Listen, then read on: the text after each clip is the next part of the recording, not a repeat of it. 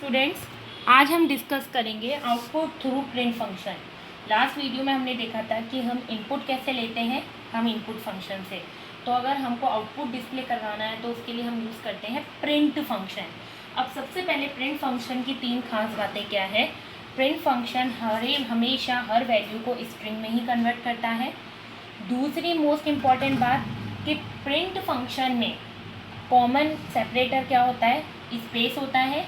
और तीसरी खास बात कि प्रिंट फंक्शन हमेशा एंड होता है बाय डिफ़ॉल्ट /n से। /n का मतलब क्या होता है, न्यू लाइन। हमने एस्केप सीक्वेंसेस पढ़े थे, /n होता है न्यू लाइन से।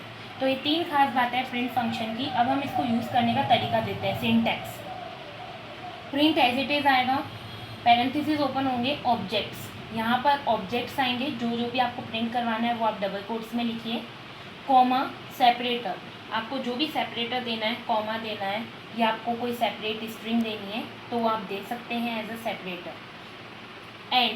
एंड आपको बाय डिफ़ॉल्ट मैंने बताया /n से होता है, या आप एक एंड स्ट्रिंग भी दे सकते हैं। तो ये तीन चीज़ें होती है, ऑब्जेक्ट, सेपरेटर और एंड। तीन चीज़ें आप प्रिंट फंक्शन में दे सकते हैं।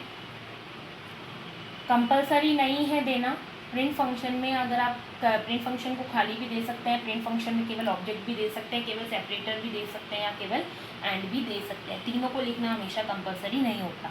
तो पहला एग्जांपल है कि ऑब्जेक्ट्स क्या होते हैं। तो प्रिंट करवाया मैंने, देखिए डबल कोट्स में हेलो, हाय और जैन, ये तीनों को मैंने कॉमा से सेपरेट किया है। तो ये तीनों क्या है, ऑब्जेक्ट हैं, या हम ये कह सकते हैं वो टेक्स्ट है जो कि प्रिंट फंक्शन के थ्रू डिस्प्ले होगा।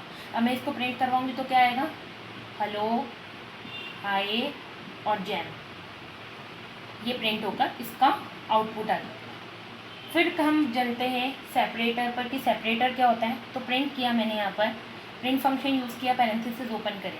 अब मैंने एक स्ट्रिंग लिखी है माय, फिर कॉमा लिखा, फिर मैंने यहाँ पर एक प्रिंट फंक्शन में जो भी टेक्स्ट डिस्प्ले करवाना है नेम, फिर कॉमा, फिर मैंने लिखा आशी, फिर कॉमा लगा के मैंने सेपरेटर के लिए आपको लिखना पड़ता है SEP, और मैंने सेपरेटर में क्या दे दिया, सिंगल कोट्स में डॉट डॉट डॉट। इसका मतलब ये जो भी टेक्स्ट डिस्प्ले होगा वो दोनों सेपरेट किससे होंगे, अलग अलग किससे होंगे, डॉट डॉट डॉट से।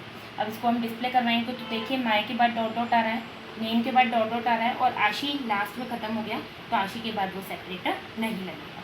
फिर आता है, फिर हम समझेंगे एंड। बाय डिफ़ॉल्ट एंड किससे होता है, /n से।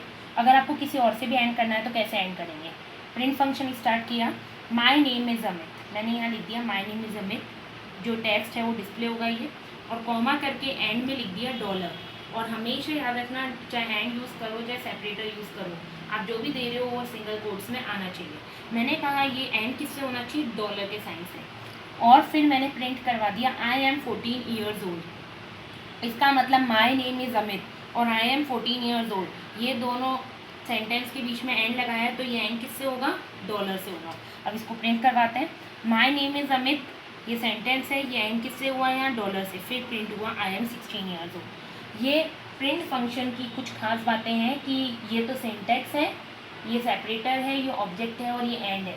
सेपरेटर बाय डिफ़ॉल्ट क्या होता है, स्पेस। अगर आपने मान लो ये सेपरेटर नहीं दिया तो इन तीनों के बीच में क्या आएगा, स्पेस आएगा, खाली जगह आएगी। और एंड में अगर आपने एंड कुछ नहीं दिया है तो उसका बाय डिफ़ॉल्ट क्या होता है, /n, मतलब नई लाइन से प्रिंट होगा।